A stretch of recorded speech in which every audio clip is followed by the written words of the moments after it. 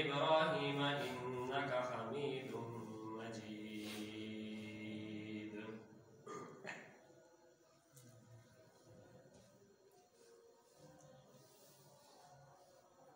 دنیا دار العمل ہے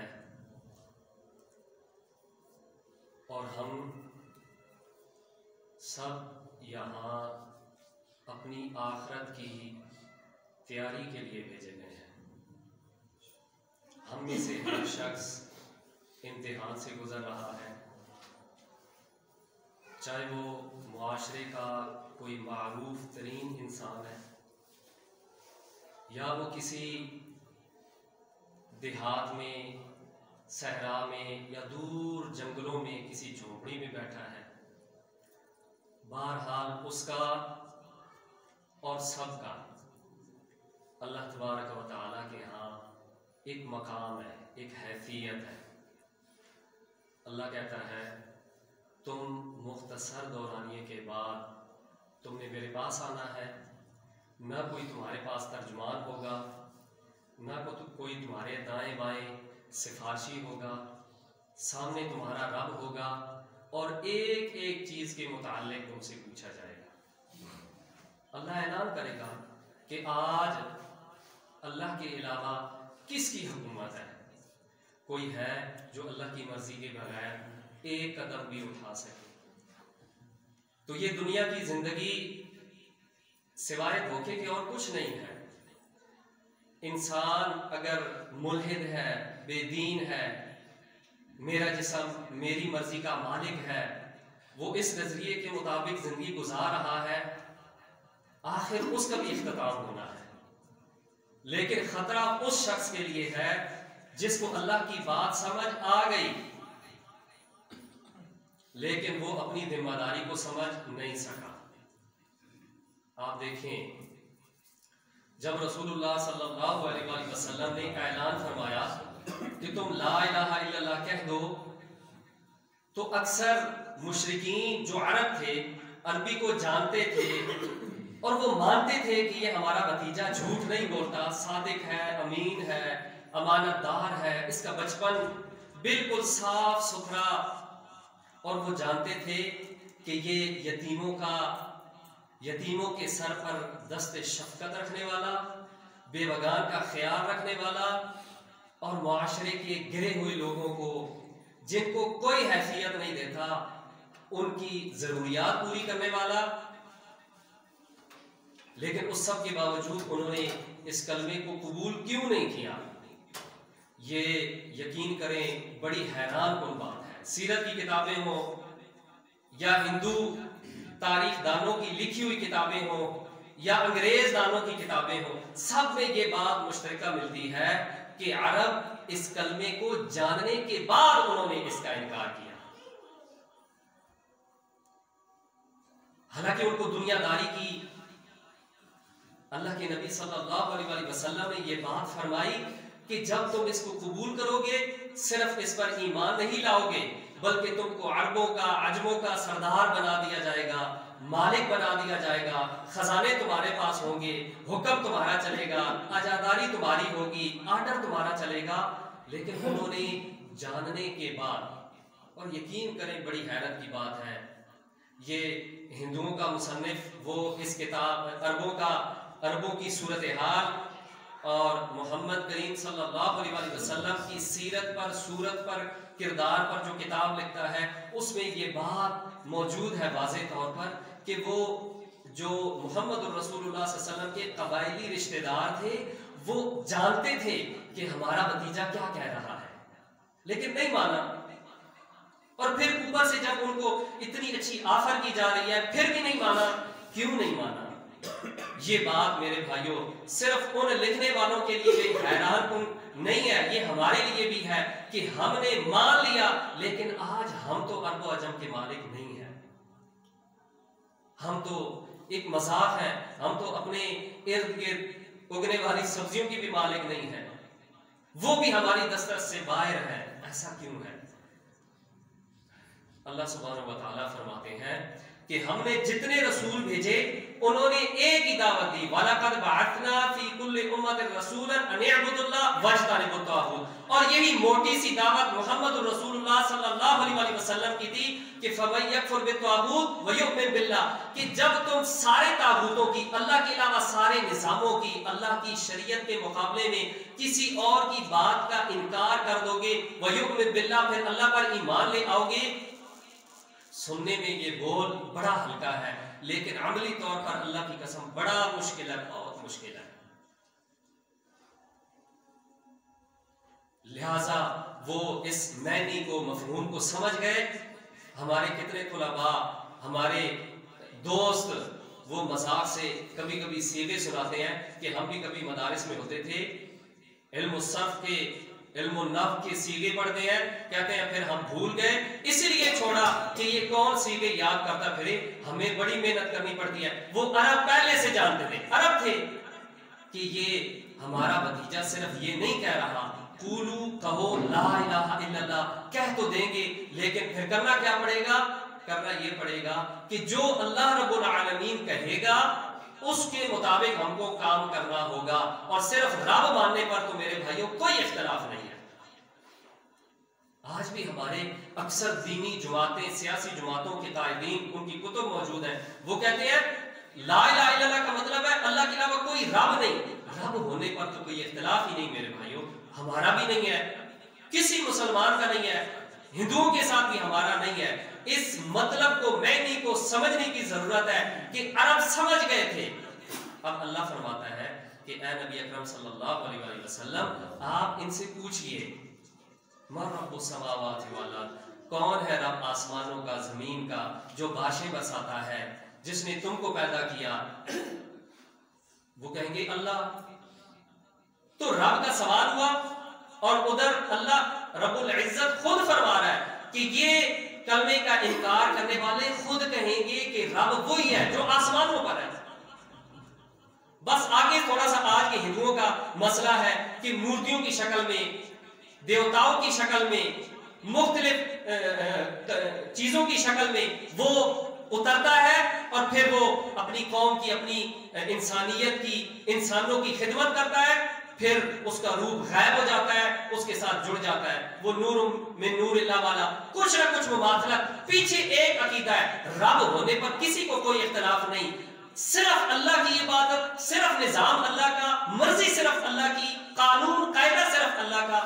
یہ آج بھی بہت بڑا مسئلہ ہے، ایک صحیح العقیدہ مسلمان کے لیے بھی اللہ کی قسم آج بہت بڑا مسئلہ ہے، بہت بڑا مسئلہ ہے۔ قول میں، فعل میں تضاد ہے، معاملات اور ہیں، کہنا کچھ ہے، بیان کچھ ہے، عملی طور پر زندگی کچھ ہے، لہٰذا شہادتیں بھی ہوتی ہیں، سیاستیں بھی ہوتی ہیں، مال بھی خرچ ہوتا ہے، محنتیں بھی بہت ہوتی ہیں۔ یقین کرو صبح سے شام تک، رات کو بھی سونے سے پہلے تک جائزے لیے جا رہے ہوتے ہیں کہ ہم نے بہتری کے لیے کیا کرنا ہے، ہم کو آگے کیا کرنا چاہیے۔ بجٹ مختص ہوتے ہیں، اس کے باوجود ہمارے پاس رزلٹ نہیں ہے۔ ہاں، ہم مسلمانوں کے پاس صرف رزلٹ نہیں ہے کیونکہ ہم نے اس کلمے کو قبول تو کر لیا لیکن اس کے معنی اور مفہوم کو نہیں سمجھا۔ عملاً ہماری زندگی بالکل وہی آزادانہ طور پر ہے۔ اللہ کہتا ہے نا کہ تم پر نماز صحیح وقت، مقرر وقت پر فرض کی گئی ہے۔ اگر ایک شخص میرے بھائیوں نماز نہیں پڑھتا، ہم اس کے بارے میں یہی کہتے ہیں کہ یہ گناہ کر رہا ہے، یہ اللہ کا نافرمان ہے۔ اور ایک شخص جب اس کا نفس مطمئن ہے، اس کے پاس ٹائم ہے، تو وہ صحیح وقت پر نماز ادا کرتا ہے اور ماشاءاللہ اس پر فخر کرتا ہے، لیکن اس کا معمول یہ نہیں ہے، روٹین اس کی یہ نہیں ہے، تو پھر ہم اس وقت کیا کہیں گے؟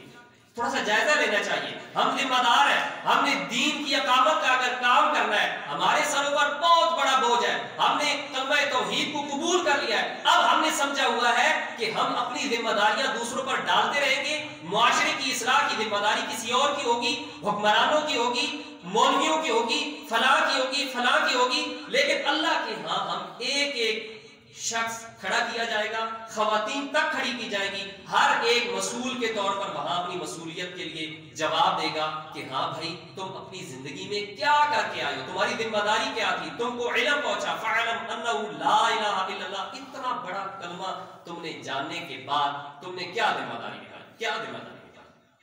اور اللہ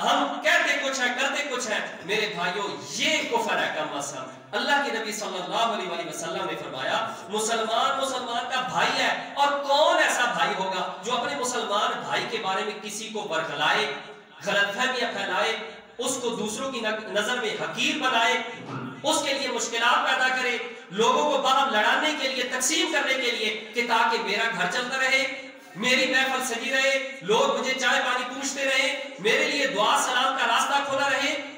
اللہ کے نبی فرماتے ہیں مسلمان کا بھائی ہے, لا یظلمہ, نہ اس پر ظلم کرتا ہے, نہ اس کو ظلم کے حوالے کرتا ہے. اور ایک مسلمان کے لیے یہی کافی ہے, اس کے برا ہونے کے لیے یہی کافی ہے کہ وہ اپنے مسلمان بھائی کو حقیر سمجھے. یہ احادیث ہے جن احادیث کی بنیاد پر ہم نے یہ قرآن و سنت کا راستہ چنا. یقین کریں عملی طور پر اللہ کی قسم یہ کتنا مشکل بنا دیا گیا, اور یہ سب ہمارے ہاتھوں کی کمائی ہے. جتنا بھی فساد ہے اس میں یقین کریں ہمارے ہاتھوں کی کمائی ہے. ہم یہ نہ کہیں کہ ہماری کوئی غلطی نہیں ہے, ہماری بہت بڑی غلطیاں. پہلی غلطی تو یہ ہے کہ ہم جو کہتے ہیں وہ کرتے ہی نہیں, اور جو کرتے ہیں وہ ہم بتانا نہیں چاہتے تاکہ دوسروں کی نظروں میں ہم گر نہ جائیں. لیکن دوسرے کو گرانے کے لیے ہم دن رات کوشش کرتے ہیں. یقین کریں بندہ صبح مومن نکلتا ہے, شام کو بعید نہیں کہ وہ کافر ہو کے لوٹتا ہے. اس کے اعمال ایسے ہیں. تو اللہ فرماتا ہے اے ایمان والو, اگر تم دین کس کو کہتے ہیں؟ ذات حیات کو کہتے ہیں, راستے کو کہتے ہیں. اور دین کے ایک تھوڑے سے حصے سے اگر کوئی پھر جائے تو وہ باقی حصوں کے لیے بھی خطرہ بن جاتا ہے.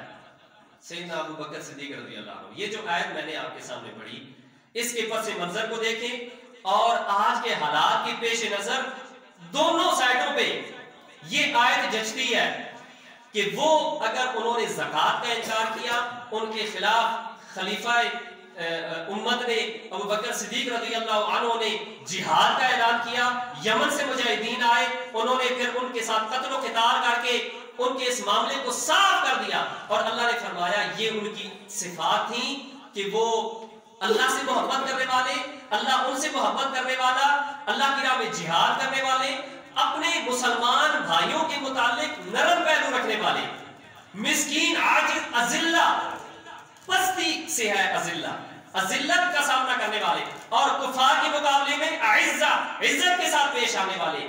پھر اللہ کہتا ہے وَلَوْمَةَ لَائِمٍ, وہ لوگوں کی ملامتوں سے نہیں ڈرتے تھے کہ تو پچھلی دفعہ ہمارے ساتھ تھا, تجھے میٹر نہیں لگوانا, تجھے گلی نہیں پکی کروانی, کل تھانے میں اگر کوئی مسئلہ بن گیا تو تیرے ساتھ کون جائے گا, لہٰذا تو نے یہ سارے گناہ کے کام کرنے ہیں. واللہ اگر کوئی بندہ نہیں کرنا چاہتا نا, پھر بھی وہ کسی نہ کسی پارٹی کے ساتھ منسلک ہو کے سیاست کر سکتا ہے. یہ ہمارا گمان ہے, جیسا ہمارا گمان ہوگا ویسے ہی ہمارے ساتھ رحمان معاملہ کرے گا, ایسے نہیں ہوتا, لیکن ہمارا یہ گمان ہوتا ہے. اور ان کی کیا صفات تھی, وہ لوگوں کی ملامتوں سے نہیں ڈرتے تھے. پھر کیسے نتائج نکلے کہ محمد الرسول اللہ صلی اللہ علیہ وسلم دنیا سے جا چکے ہیں, اور جاتی جب مختلف قبائل نے بغاوت کا اعلان کر دیا, اب قریب تھا کہ فتنہ اور پھیلتا. انہوں نے اس فتنے کو پہلے ہی دور میں قابو کر لیا, اور اس کے بعد چاروں طرف امن و سکون ہو گیا. آج بھی اس فتنے کا یہی حال ہے. ہم کلمہ پڑھنے والوں کے خلاف قتال تو نہیں کر سکتے, وہ عمل پیش کرتے ہیں. امرت ان اقاتل الناس, اللہ کے نبی صلی اللہ علیہ وسلم فرماتے ہیں مجھے میرے رب نے حکم دیا ہے کہ میں لوگوں کے خلاف قتال کروں, لڑائی کروں, حتی یشہدوا ان لا الہ الا اللہ, جب وہ کلمہ شہادت پڑھ لیں اس کے بعد ان کی عزت, ان کا خون, ان کا مال مجھ سے محفوظ ہے. وَحِسَابُهُمْ عَلَى اللَّهِ, اب ان کا حساب ناپ تو عقیدے میں کیسا ہے, عمل کا کیسا ہے, معاملات وغیرہ یہ سب اللہ کے سپرد ہے. میں صرف ان کو ڈرانے والا, ان کو نصیحت کرنے والا, ان کو درست کرنے والا. سیاست الفرس, یہی سیاست کا معنی ہے لغت میں. شریر لوگوں کو, گھوڑوں کو قابو کرنا, ان کو پالنا, سدھارنا, پھر چلنا سکھانا. واللہ یہ معنی آج ہمیں کہاں نظر آتا ہے. آج تو معاملہ الٹ ہوا پڑا ہے, اور کسی زبان میں کہتے ہیں کہ اس کا معنی یہ بنتا ہے سیاست کا کہ اپنی جمعیت کو اکٹھا کرنا, دشمن کے خلاف استعمال کرنا. یہاں دشمن کے خلاف استعمال نہیں ہوتے ہیں, ہم آپس میں استعمال ہوتے ہیں اور بدلے میں ہمیں کیا ملتا ہے؟ 0/0۔ ہم جو صبح کی نماز با جماعت پڑھتے ہیں، عشاء کی نماز با جماعت پڑھ کے پوری رات کا قیام، اور جب ہم اللہ کے سپرد ہو جاتے ہیں صبح کی نماز پڑھ کے اللہ کے ذمے کہ اب ہم سے ڈرے لوگ، ہم سے جھگڑا نہ کریں، یہ تو اللہ کی حفاظت میں ہے۔ یہ عمل کر کے جب ہم زمین پر چلتے ہیں، شام کو اپنے سارے اعمال برباد کر کے واپس لوٹتے ہیں، محاسبہ ہی نہیں کرتے۔ تو اللہ کہتا ہے یہ ان کی صفات تھی، یہی صفات اگر آج ہماری ہو جائیں تو صحیح بات ہے، ہم اپنے امتحان میں اس دارالعمل میں کامیاب ہو جائیں گے، کامیاب ہو جائیں گے۔ اور یہی اللہ کہتا ہے فمن زحزح عن النار وادخل الجنۃ فقد فاز، جو جہنم سے بچ گیا، جنت میں داخل ہو گیا، وہ کامیاب ہو گیا۔ اس کامیابی کا آپ انصاف کے ترازو کے ساتھ جائزہ لیں، ہم بالکل یقین کریں بہت خطرے سے دو چار ہیں، بہت خطرے سے دو چار ہیں۔ غلط فہمی، اپنے متعلق غلط فہمی کہ میں چونکہ موحد ہوں۔ ارے بھائی، جن لوگوں نے کلمے کا انکار کیا تھا مشرکین مکہ، اس کی دوسری سائڈ پہ دیکھو، جو محمد رسول اللہ صلی اللہ علیہ وسلم کے ساتھ وفادار تھے وہ کیسے تھے؟ وہ صرف قول کے پکے تھے، صرف وہ جہادی تھے، یا صرف مال خرچ کرنے والے تھے؟ یہ بڑی حیران کن بات ہے۔ آپ تمام صحابہ کرام کا عمل دیکھ لیں، وہ اگر مجاہد ہیں تو وہ یہ نہیں کہتے کہ میں مار کا لڑ کے آیا ہوں، مال خرچ کرنا میرا کام نہیں ہے۔ مال بھی خرچ کرتے، عمل میں کیسے تھے؟ راتوں کو مسلح پر ہوتے، دن کو گھوڑوں کی پیٹھ پر ہوتے، اور کردار کے کیسے تھے؟ اور خود محمد رسول اللہ صلی اللہ علیہ وسلم، حلف الفضول بڑا مشہور معاہدہ ہے، یہ نبوت سے پہلے کا ہے۔ آپ کا کردار کیسا زبردست کہ آپ صلی اللہ علیہ وسلم جب ہوش سنبھالا تو رازنی، ڈاکہ زنی، چوریاں تھیں علاقے میں جیسے آج ہے، تو آپ کا کردار کیا ہوا؟ ایک ایک سردار کے پاس گئے نبوت سے پہلے، ابھی نبوت کا اعلان نہیں کیا، سرداروں کے پاس جا کر ان کو یہ معاملات سمجھائے، اور پھر جو مسافر تھے، غریب لوگ جن کو لوٹ لیا جاتا تھا، ان کو بچانے کے لیے آپ نے دعوت دی کہ آؤ ایک ایسا معاہدہ کرتے ہیں، اللہ نے تم کو عزت دی ہے، جرت دی ہے، تم ایک معاہدہ کر لو، اکٹھے ہو جاؤ، راستوں کو محفوظ کرتے ہیں، لوگوں کے لیے آنا جانا آسان ہو جائے۔ سارے فضل نام کے لوگ، بڑے بڑے سردار اکٹھے ہو گئے، آپ نے ان کو ایک معاہدے میں پرو کے یہ معاہدہ کروایا کہ ہم سب مل کر ان لوگوں کا تحفظ کریں گے، غریبوں کا خیال رکھیں گے، ڈاکوؤں سے، چوروں سے لوگوں کا مال محفوظ بنائیں گے۔ اور بڑے مزے کی بات یہ جو آج میرے بھائیوں ہمارے عام لوگوں کو بھی برداشت نہیں ہوتی، وہ کیا کہ آپ نے یقین کریں اپنا نام بالکل اوپر ٹاپ پر لکھوانے کی کوشش ہی نہیں کی کہ میرا نام اوپر آ جائے۔ کوئی آپ دیکھ لیں اس واقعے کو، کتنی حیران کن بات ہے، محنت کوئی اور کر رہا ہے، نام آگے کسی اور کے ہے، اور یہ معاہدے کا نام، اس سے تو محمد رسول اللہ صلی اللہ علیہ وسلم کے نام کی، خاندان کی کوئی جھلک تک نہیں ملتی۔ فضل نام کے سردار، اور ان کو آگے کیا، ان سے کام لیا کہ کام بن جائے، نام کس نے دیکھنا ہے؟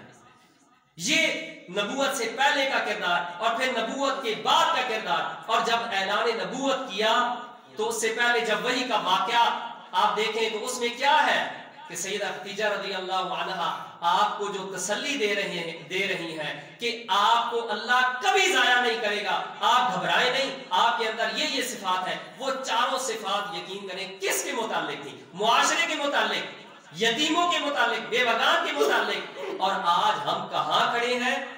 ہم اپنے حالات کا جائزہ لیں اور اللہ سے ڈریں اس سے پہلے کہ اللہ ہماری جگہ کچھ اور لوگ لے آئے۔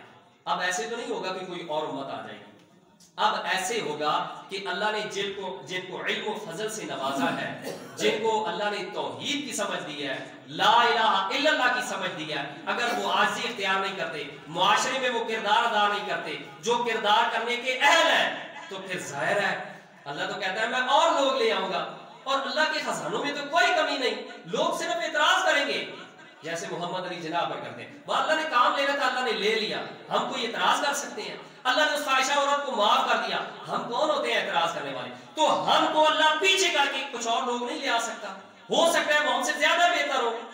تو اللہ کہتا ہے من یرتد منکم عن دینہ، کوئی بھی تم سے دین سے پھرے گا فسوف یأتی اللہ بقوم، اللہ نئی قوم لے آئے گا، نئے لوگ لے آئے گا۔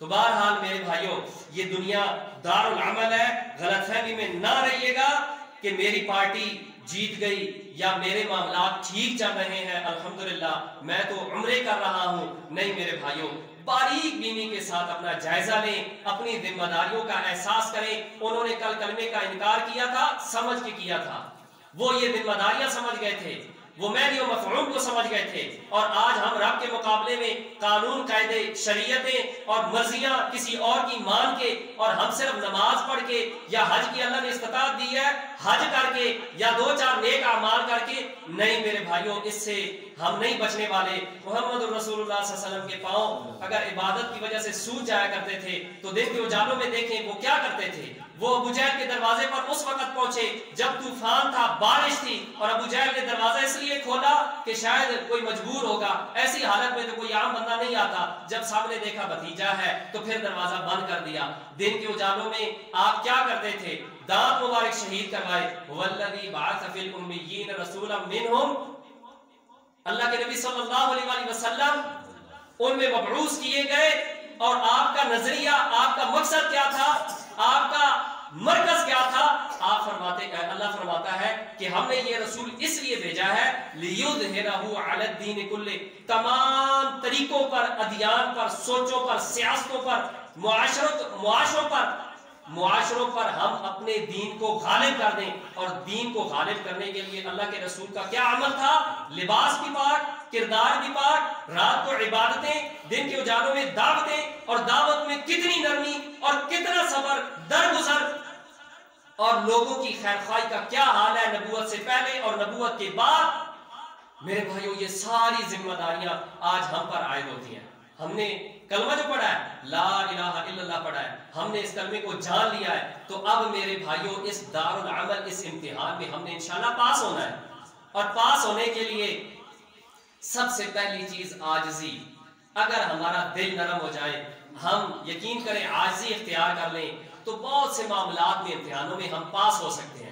لیکن اگر ہمارا یہ غرور ہے، تکبر ہے کہ چونکہ میں بڑا ہوں، مجھے اللہ نے بیٹے کثرت کے ساتھ عطا کیے ہیں، میرے پاس مال زیادہ ہے، چونکہ میں پہلے مواہب بنا ہوں، میں چونکہ عربوں میں رہا ہوں، مجھے اللہ تبارک و تعالی نے بڑی پراپرٹی دی ہے، میرا فلاں سے اٹھنا بیٹھنا ہے، اور میرے پاس علم بہت زیادہ ہے۔ میرے بھائی اگر یہ چیزیں ہیں تو پھر تو یہ بہت بڑا مسئلہ ہے، یہ تو بہت بڑا امتحان ہے آپ کے لیے، آپ کو تو بہت لمبا چوڑا امتحان دینا پڑے گا۔ اس لیے عاجزی کا راستہ۔ تو بہرحال نبی مکرم صلی اللہ علیہ وآلہ وسلم فرماتے ہیں مسلمان کیسا ہوتا ہے؟ المسلم اخو المسلم، مسلمان کا بھائی ہے، لا یظلمہ ولا یسلمہ، نہ اس پر ظلم کرتا ہے نہ اس کو ظالم کے حوالے کرتا ہے، جو اپنے لیے پسند کرتا ہے وہی دوسرے کے لیے پسند کرتا ہے۔ ومن کان فی حاجت اخیہ، جو کوئی اپنے بھائی کی حاجت کو پورا کرے گا اللہ تبارک و تعالی اس کی کوئی حاجت کو پورا کرے گا۔ ومن فرج عن مسلم کربتا فرج اللہ عنہ کربتا من کربات یوم القیامہ، اگر دنیا میں کوئی مسلمان دوسرے مسلمان کی کوئی اس سے مصیبت، آزمائش، تنگی دور کرتا ہے، اللہ تبارک و تعالی قیامت کی بڑی مصیبتوں میں سے ایک مصیبت اس سے دور کرے گا۔ کتنی بڑی بات ہے اور کتنا مشکل عمل ہے۔ ومن ستر مسلما، اللہ یہ مسئلہ مشکل ہے، مسلمان کی پردہ پوشی کرنا کتنا مشکل ہے۔ بڑے طریقے سے ادھر ادھر سے ہو کے ہم یہ بات کر جاتے ہیں کہ میں نے اس کے ساتھ یہ کیا تھا، اب دیکھو وہ میرے ساتھ یہ کر رہا ہے، میں بھی اس پر استغفار کرتا ہوں، آپ بھی کریں۔ یہ بڑا مشکل مسئلہ ہے۔ دوسرے مسلمان کی بات پتہ چل جائے، ہم کہتے ہیں میرے ہاتھ خزانہ لگا ہے، جبکہ یہ بڑے خطرے کی بات ہے میرے بھائیوں۔ اگر یہ مجھ تک بات پہنچی کہ میرے کسی مسلمان کا کوئی عیب ہے، اس کے گھر کے متعلق بات ہے، اس کی فیملی کے متعلق مسئلہ ہے، اس کی دینداری میں کوئی خلل ہے، کوئی عیب ہے، یا اس کی جانی مالی یا کوئی بھی مسئلہ ہے، اگر مجھ تک یہ بات پہنچتی ہے، سب سے پہلے میں یہ بات جان لوں کہ میں بہت بڑی آزمائش میں پڑ گیا ہوں۔ اب میں نے اپنی زبان کو کیسے روکنا ہے، اس کی فکر میں لگ جائیں، اللہ سے استغفار کریں، توفیق مانگیں،